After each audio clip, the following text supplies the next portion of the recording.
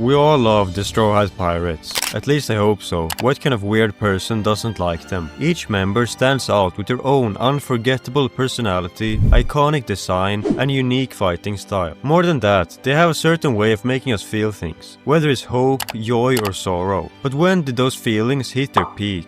When did a moment transcend the story and leave a permanent mark not just on the world of One Piece, but on us as fans? In this video, we're looking at the single greatest moment for each Straw Hat. These are the moments that turn characters into favorite characters. In the end, I will reveal my favorite moment from the entire story, so stick around and find out. Let's start with our immensely popular archaeologist, Nico Robin. Now, I'm sure one legendary moment immediately comes to mind, but before we go there, let's consider the other candidates. When you clicked on this video, I bet you didn't expect Pirate Docking 6 Giant Robot Big Emperor to get a mention. And it's not the formation itself, it's how Robin coldly refused to join, declaring it would embarrass her human dignity. She robbed us of a legendary transformation, but gave us a perfect comedic Robin moment instead. Then we have her insane display against Black Maria. We hadn't seen Robin in a true one-on-one fight since Yama on Skypiea, and no, Hammond doesn't count. But the wait was worth it. She pulled out new abilities we'd never seen, like conjuring a giant copy of her upper body, likely causing many viewers to faint, and most notably, Demonio Floor, transforming into a literal demon, and with it she delivered her strongest performance ever and defeated Black Maria. But the next moment makes these look tiny, and we need to first remember her journey, of being hunted and discarded for her entire life, just for existing. So when Robin finally screamed, "I want to live," it wasn't just a wish, it was a revolutionary act. It was her choosing a future with the crew that finally accepted her. It's not just Robin's greatest moment, it's one of One Piece's greatest. Let's move on to the humming skeleton, the Soul King Brook.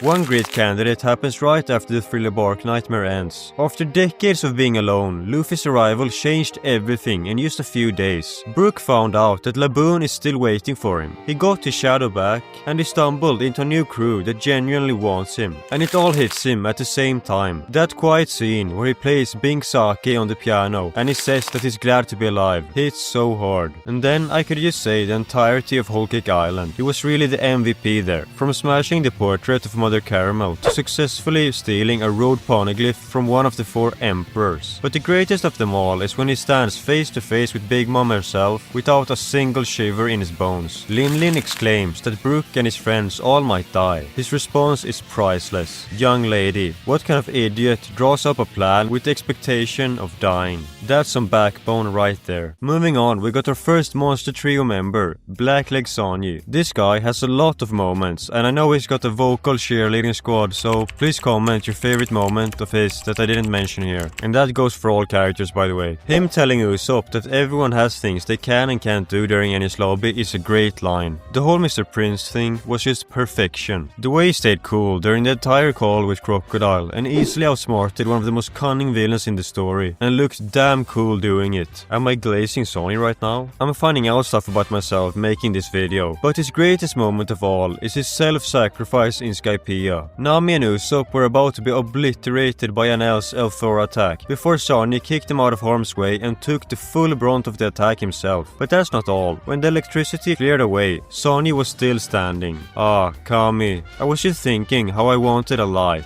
Absolute goosebumps. From one Kami to another. Let's talk about God Usopp. The Sniper King has a lot of great moments where he overcomes his own doubts and fears, such as his first fight against Shu, where he pretended to be dead only to realize how much his friends had sacrificed. He was done playing pretend pirate. With his new confidence, he was able to overcome the Zesty Fishman. Usopp also has amazing comedic moments such as Sogi King's reveal and theme song. I swear that song can get stuck in your head for days. Or when he was awarded a 500 million bounty by Doflamingo. But his supreme moment comes in Alabasta, during his and Chopper's fight against this autistic baseball fan and his partner Miss Merry Christmas. The mole woman mocked Luffy and said that he would never be Pirate King, before pushing Usopp into a massive swing from Mr. 4. Nose shattered, bones broken, but Usopp still made it back to his feet. Bloody and bruised, he tells Chopper, there comes a time when a man's gotta fight, and that's when somebody makes fun of their friend's dream. Just an amazing moment that tells you a lot about his character.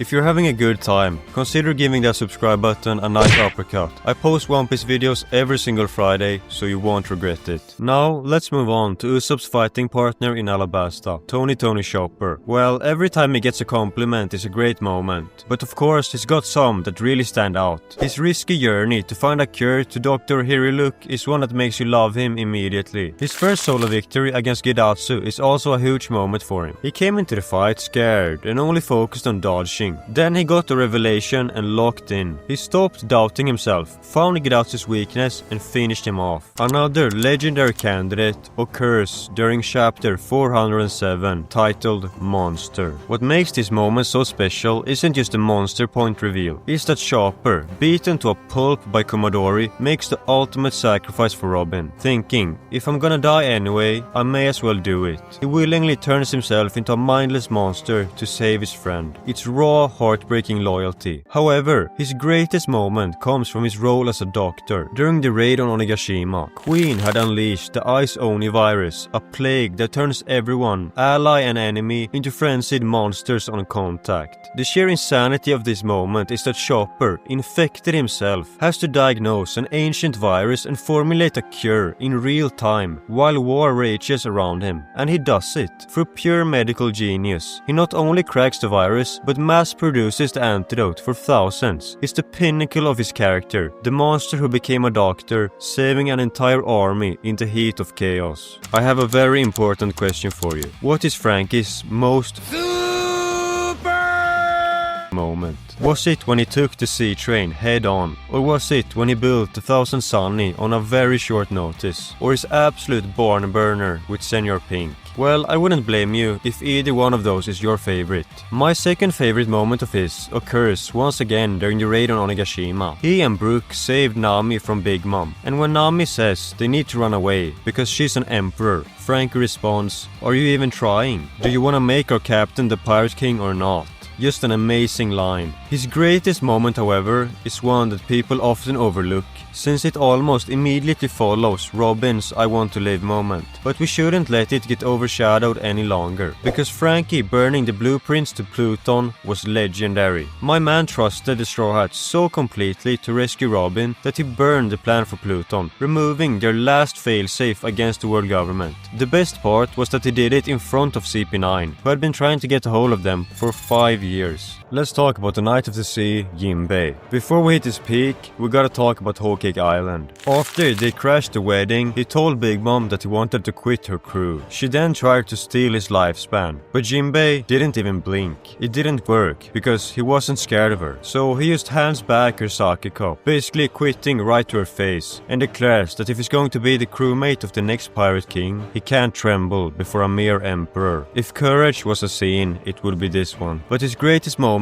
isn't defying an emperor, it's saving a broken captain. After Marineford, Luffy hits the lowest point of his entire life. He'd lost Ace, his crew was gone, and he's ready to self-destruct. And it was Jinbei, with that calm, steady voice, that dragged him back from the edge. Don't think about what you've lost, think about what you still have. In that moment, Jinbei was the anchor that kept Luffy afloat. Nami telling Franky they needed to run from Big Mom might not be her most powerful line, but don't let it make you think less of her. I'll show you why. First off, take her fight against Miss Doublefinger. The way she had to figure out how to use her new weapons mid-battle, and she just took hit after hit and still got up like she was John Cena in 2010. To win against a seasoned fighter with completely new weapons is no small feat. This moment marked a turning point for Nami. Her most iconic moment unfolds after Arlong had betrayed their promise, and she realized that all the hardships that she had suffered for the last 10 years had been for nothing. She began stabbing her tattoo, only for Luffy to grab her wrist. She had no other option but to turn to her new friend.